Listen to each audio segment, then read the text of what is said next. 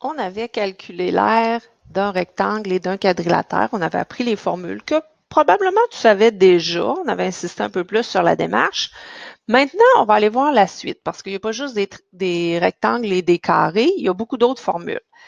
Donc, si c'était un quadrilatère autre que le carré et le rectangle, comment on pourrait faire? C'est ce qu'on va voir. Donc, le premier que je te montre, c'est à travailler. D'abord, tu fais ça étape par étape. Hein? Tu fais ça, pas de stress, on relaxe. Le premier qu'on va voir, c'est le parallélogramme. Tu sais ce que c'est qu'un parallélogramme? On va commencer par définir nos parties du parallélogramme. Donc, il y a les deux côtés qui sont parallèles. Moi, j'ai pris celui du bas et celui du haut, mais j'aurais pu prendre les deux autres. Donc, on va les appeler les bases, ces deux-là. Et il y a la hauteur. Là, il y a quelque chose de spécial. Il faut que tu te souviennes de ça. Tu m'écris ça dans tes notes à quelque part. La base, qu'on va appeler B,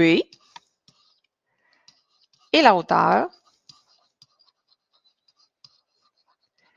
qu'on va appeler H, sont toujours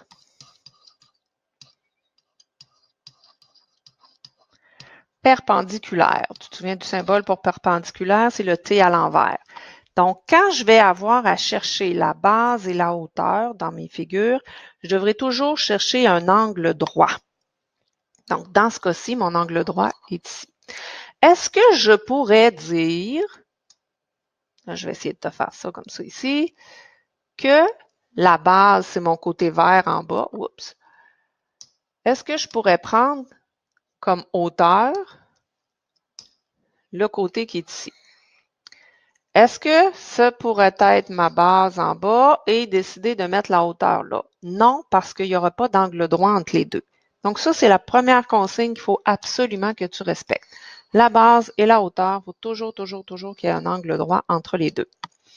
Maintenant, la hauteur, est-ce qu'elle est forcément à l'intérieur de ton parallélogramme? Elle pourrait être à l'intérieur, elle peut être à différents endroits, mais tu pourrais aussi la retrouver à l'extérieur comme ça ici. Dans ce cas-là, tu vas voir apparaître des petits pointillés qui se rendent jusque-là. Donc, la hauteur n'est pas nécessairement à l'intérieur. Tu peux la chercher ailleurs. Par contre, elle va forcément former un angle droit avec ta base. Ça, c'est toujours à respecter.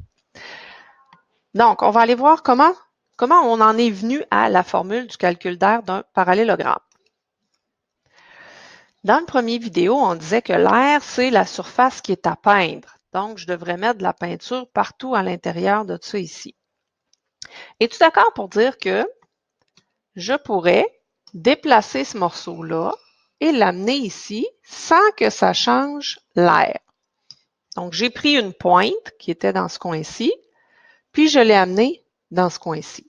Ça ne change absolument pas l'aire. Si c'était du carton que je calculais, la surface de carton nécessaire pour faire le parallélogramme, que mon triangle soit à gauche ou à droite, ça va être exactement la même quantité de carton. Donc, en faisant ça, là, je vais juste déplacer la longueur qu'on appelait la base. Je la ramène ici. Et tu t'avises de dire que ça vient de former un rectangle. Donc, si j'ai un rectangle, comment je faisais pour calculer l'aire? Bien, on faisait la longueur du rectangle fois sa hauteur. Hein? C'est comme ça qu'on avait fait. Donc, dans notre cas, pour calculer l'aire d'un parallélogramme, bien, ça va être l'équivalent que de calculer l'aire de ce rectangle-là. Donc, A égale, l'aire va être égale à ce qui était la longueur de mon rectangle. Je te mets la petite pointe de flèche. Tout ça, c'est ce qu'on appelait la longueur. Bien, dans le parallélogramme, ça ne s'appelle plus longueur, ça s'appelle la base. Donc, ça va être B multiplié par ce qu'on appelait la largeur du rectangle. Dans le parallélogramme, ça ne s'appelle plus largeur, ça s'appelle hauteur. Donc, je vais multiplier par H pour hauteur. Donc, comment je fais pour calculer l'aire d'un parallélogramme? C'est juste ça, pas plus compliqué que ça. Si on se fait un petit exemple rapide en mettant des chiffres, ben, si ma hauteur en valait 3, puis que ma base en valait 10, disons que c'est des centimètres tous les deux, ben, pour calculer l'aire, j'aurais simplement à faire la base qui est 10 multiplié par la hauteur qui est 3, donc 30 cm carrés. Et ça me donnerait exactement l'aire. Je vais réussir à l'avoir. Ça me donnerait exactement l'aire de mon parallélogramme, qu'il soit placé en forme de rectangle ou qu'il soit placé en forme de parallélogramme.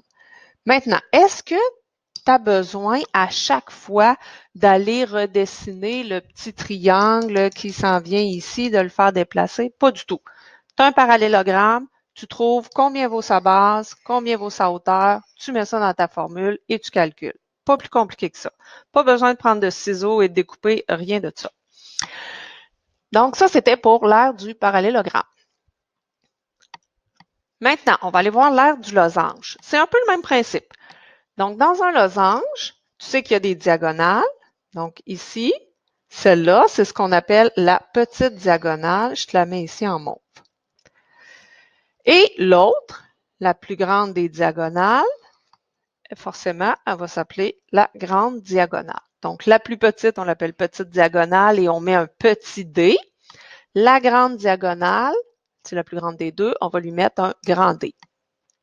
Donc, ça, c'est tes mots de vocabulaire. Maintenant, je les enlève pour qu'on puisse travailler, puis on les remettra en place tantôt.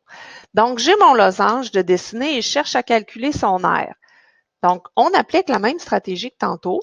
On va aller déplacer des morceaux. Ce triangle-là, j'ai décidé que je le mettais là. Et ce triangle-là, j'ai décidé que je le mettais là. Parce que ça va me former un beau rectangle. Et là, je vais remettre les mesures dont on a parlé tantôt. Petite diagonale, grande diagonale. Comment je ferais pour calculer l'aire du rectangle qui est ici?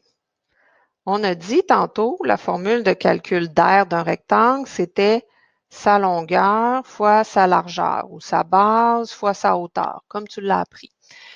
Dans ce cas-ci, étant donné que c'est un losange, ce que j'appellerais la longueur de mon rectangle, ben ça va s'appeler petit d.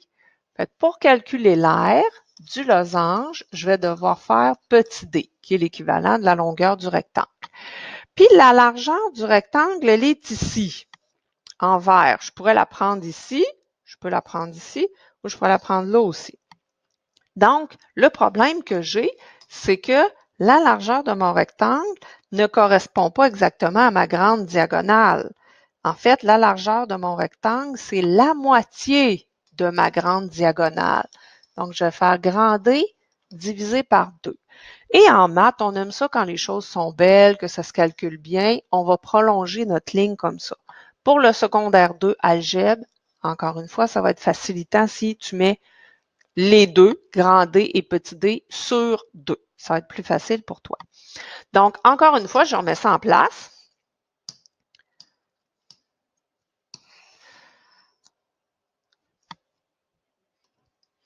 Donc, si on te demande de calculer l'aire de ce losange-là, tu n'as qu'à prendre tes mesures de la grande diagonale et de la petite diagonale, les mettre dans ta formule et faire le calcul.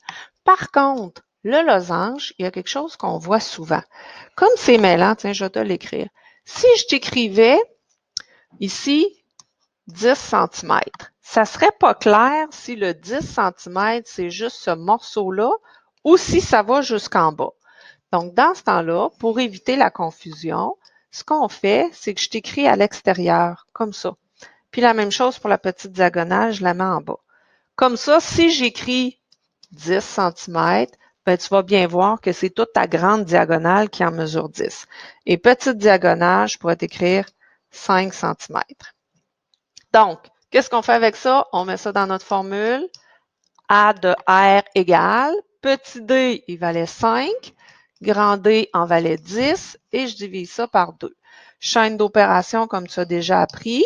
On commence par le numérateur. 5 fois 10, ça fait 50, divisé par 2, donc 25 cm. Puis j'oublie pas le petit exposant 2 pour dire que c'est de l'air.